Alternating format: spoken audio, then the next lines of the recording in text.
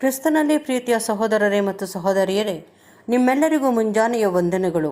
ಕ್ರಿಸ್ತನ ಜೀವಿತ ಪಾಠದ ಹೆಸರು ಆತನ ಸೇವಕರು ಆತನಿಗೆ ಸೇವೆ ಮಾಡುವರು. ರೀಪ್ರಿನ್ಸ್ ಪುಟ 5370, ಪುಟದ ಸಂಖ್ಯೆ 215. ನನ್ನ ತಂದೆಯ ಉತ್ತರ ಕ್ರಿಯೆಗಳನ್ನು ಮಾಡಿ ಬರಲು ನನಗೆ ಅಪ್ಪಣೆಯಾಗಲಿ. ಬಹುವಾಗಿ ಆತ್ಮವರಗಳನ್ನು ಹೊಂದಿರುವಾತನು ಹಾಗೂ ಬಹುವಾಗಿ ಅಗತ್ಯತೆಗಳ ಸರಬರಾಜನ್ನು ಪಡೆದಿರುವಾತನು ಧನವಂತನಾಗಿರಬೇಕೆಂಬ ಸ್ಪಷ್ಟವಾದ ಅಭಿಪ್ರಾಯದಿಂದ ಕೆಲವರು ಯೇಸುವಿನ ಬಳಿಗೆ ಆಕರ್ಷಿತರಾಗುತ್ತಿದ್ದರು. ಇಂಥವರಲ್ಲಿ ಒಬ್ಬನು ಯೇಸುವಿಗೆ ಹೇಳಿದ್ದು, ನೀನು ಎಲ್ಲಿಗೆ ಹೋದರೂ ನಾನು ನಿನ್ನ ಹಿಂದೆ ಬರುತ್ತೇನೆ. ಆದರೆ ಯೇಸುವು ತನಗೆ ಅನೇಕ ಮನೆಗಳಲ್ಲಿ ಸ್ವಾಗತವಿದ್ದಾಗ್ಯೂ ತನಗಾಗಿ ಯಾವ ಸ್ವತ್ತೂ ಇಲ್ಲ, ತನಗೆ ಯಾವ ಮನೆಯೂ ಸ್ವಂತದಿಲ್ಲವೆಂದು ಆತನಿಗೆ ತಿಳಿಸಿದಾಗ ಸ್ಪಷ್ಟವಾಗಿ ಆತನ ಉತ್ಸಾಹವು ತಣ್ಣಗಾಯಿತು. ನರಿಗಳಿಗೆ ತಮ್ಮದೇ ಆದ ಗುದ್ದುಗಳಿವೆ, ಹಕ್ಕಿಗಳಿಗೆ ತಮ್ಮದೇ ಆದ ಗೂಡುಗಳಿವೆ, ಆದರೆ ಮನುಷ್ಯಕುಮಾರನಿಗೆ ತನ್ನ ಸ್ವಂತದೆಂದು ಹೇಳಲು ಯಾವ ಮನೆಯೂ ಇಲ್ಲ. ಇಂಥ ಸನ್ನಿವೇಶಗಳಲ್ಲಿ ಯಾರಿಲ್ಲದಿದ್ದರೂ ಕೇವಲ ಬಹು ಪ್ರಾಮಾಣಿಕರು ಮಾತ್ರ ಒಬ್ಬ ನಾಯಕನನ್ನು ಹಿಂಬಾಲಿಸಲು ಆಕರ್ಷಿಸಲ್ಪಡುವುದು ಸಂಭವನೀಯ.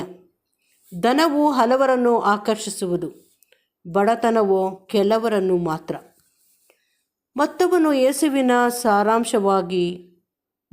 ಯೇಸುವಿಗೆ ಸಾರಾಂಶವಾಗಿ ಹೇಳಿದ್ದು, ಸ್ವಾಮಿ, ನೀನು ನನ್ನನ್ನು ಶಿಷ್ಯರಲ್ಲಿ ಒಬ್ಬನಂತೆ ಎಣಿಸಬಹುದು, ಆದರೆ ನನಗೆ ಒಬ್ಬ ತಂದೆ ಇದ್ದಾನೆ. ಆತನು ಸಾಯುವವರೆಗೂ ನಾನು ಆತನೊಡನೆ ಇರಬೇಕೆಂದು ನನಗೆ ಅನಿಸುತ್ತದೆ. ಯೇಸುವಿನ ಉತ್ತರವು, ನಾವು ಪರಲೋಕದಲ್ಲಿರುವ ತಂದೆಯ ಕಾರ್ಯ ಉದ್ದೇಶಗಳಿಗೆ ನಾವು ಸಲ್ಲಿಸುವ ಪ್ರತಿಯೊಂದು ಸೇವೆಗೆ ಆತನು ನೀಡುವ ಮುಖ್ಯತ್ವವನ್ನು ನಮಗೆ ತೋರಿಸಿಕೊಡುವುದು. ಆತನು ಅವನಿಗೆ ಹೇಳಿದ್ದು, ಸತ್ತವರೇ ತಮ್ಮವರಲ್ಲಿ ಸತ್ತು ಹೋದವರ ಉತ್ತರ ಕ್ರಿಯೆಗಳನ್ನು ಮಾಡಲಿ. ನೀನಂತೂ ಹೋಗಿ ದೇವರ ರಾಜ್ಯವನ್ನು ಪ್ರಸಿದ್ಧಿಪಡಿಸು. ಇದು ಎಚ್ಚೆತ್ತುಕೊಳ್ಳುವ ಸಮಯವಲ್ಲವೇ? ದೇವರ ದೃಷ್ಟಿಯಲ್ಲಿ ಈಗಾಗಲೇ ಲೋಕವೆಲ್ಲ ಸತ್ತು ಹೋಗಿರುವುದು. ಆದಾಮನ ಮೇಲಿರುವ ಮರಣದಂಡನೆಯು ಆತನ ಮಕ್ಕಳನ್ನೆಲ್ಲ ಒಳಗೊಂಡಿರುವುದು.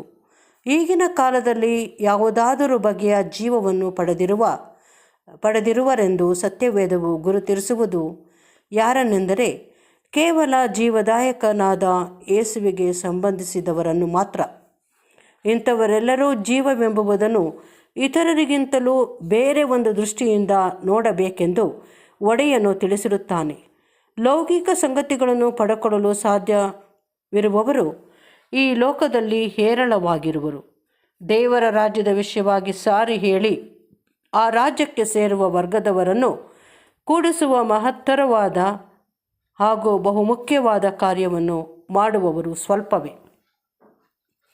ಇದು ಲೋಕದಲ್ಲಿನ ಅತಿ ಮುಖ್ಯವಾದ ಕಾರ್ಯ, ಏಕೆಂದರೆ ಇದು ದೇವರ ಕಾರ್ಯ. ಇದರಲ್ಲಿ ನಿರತರಾಗಿರುವವರು ದೇವರ ಜೊತೆ ಕೆಲಸದವರು. ಮತ್ತೊಮ್ಮೆ ಇದನ್ನು ಗಮನಿಸಲಿರುವುದೇನೆಂದರೆ, ಈ ರೀತಿಯಲ್ಲಿ ಸಾರುವುದಕ್ಕೆ ಮತ್ತು ಈ ವಿಧವಾದ ಯಜ್ಞಾರ್ಪಣೆಗೆ ಯೋಗ್ಯವಾದದ್ದು ದೇವರ ರಾಜ್ಯದ ವಾರ್ತೆಯೇ.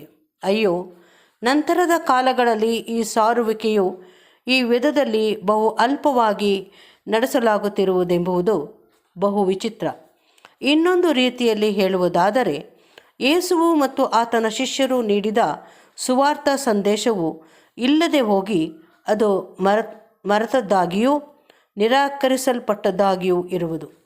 ಒಡೆಯನು ಮತ್ತು ಆತನಿಂದ ನೇಮಕವಾದವರು ಆತನ ಮೊದಲನೆಯ ಬರೋಣದಲ್ಲಿ ಸಾರಿದಂಥ ಅದೇ ಸಂದೇಶವನ್ನು ಸಾರುವ ಮಹಾ ಸೌಭಾಗ್ಯವನ್ನು ಹೊಂದಿಕೊಳ್ಳಲು ಎಚ್ಚೆತ್ತುಕೊಳ್ಳುವುದಕ್ಕೆ ಸತ್ಯವೇದ ವಿದ್ಯಾರ್ಥಿಗಳೆಲ್ಲರಿಗೆ ಇದು ಸುಸಮಯವಲ್ಲವೇ?